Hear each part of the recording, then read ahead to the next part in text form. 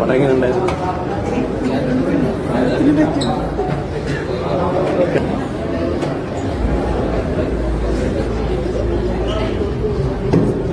മലയാള cinema ലോകത്ത് ഏറെ ഞെട്ടിച്ച ഒരു വിയോഗ വാർത്തയായിരുന്നു അന്തരിച്ച നടൻ കലാഭവൻ നവാസിൻ്റേത്. കാരണം യാതൊരു ആരോഗ്യ പ്രശ്നമോ ഒന്നും തന്നെ ഉണ്ടായിരുന്നില്ല. സിനിമാ ചിത്രീകരണത്തിന് ഇടെ മുറിയിലേക്ക് വിശ്രമിക്കാൻ പോയപ്പോൾ ഭാര്യയെ ഫോൺ ചെയ്ത് വച്ചതിനു ശേഷമാണ് അദ്ദേഹം പെട്ടെന്ന് കുഴഞ്ഞു വീണ് മരിക്കുന്നത്. പിന്നീടാണ് മനസ്സിലാവുന്നത് ഹൃദയാഘാതമാണ് ഇതിനുള്ള കാരണമെന്ന്. എന്നാൽ അവസാനമായി പ്രകമ്പനം എന്ന സിനിമയുടെ ചിത്രീകരണത്തിലായിരുന്നു നവാസ്. ഇന്ന് ഏറെ വേദനിപ്പിക്കുന്ന മറ്റൊരു കാര്യം, നവാസ് ഇല്ലാതെ തന്നെ നവാസിൻ്റെ സിനിമ ആദ്യമായി ഭാര്യയും മക്കളും കാണാൻ തിയേറ്ററിലേക്ക് എത്തിയപ്പോൾ കണ്ട കാഴ്ചയാണ്. ഈ ഒരു വീഡിയോയിലൂടെ നവാസിൻ്റെ ഭാര്യ ഇപ്പോഴും എത്രമാത്രം വിഷമത്തിലാണ് കഴിയുന്നതെന്ന് വ്യക്തമാണ്.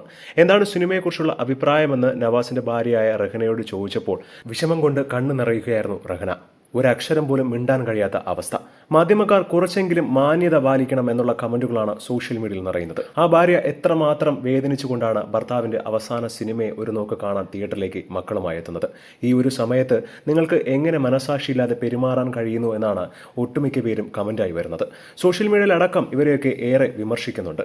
അതേസമയം ഈ ഒരു ദുഃഖം എങ്ങനെയെങ്കിലും തരണം ചെയ്യാൻ ആ കുടുംബത്തിന് ഇപ്പോഴും സാധിക്കാത്തത് വളരെയധികം സ്നേഹിച്ച് ജീവിച്ചത് കൊണ്ട് മാത്രമാണ്. നവാസാണ് ലോകമെന്ന് പറഞ്ഞുകൊണ്ടാണ് ഭാര്യയായ രഹന ജീവിച്ചത്.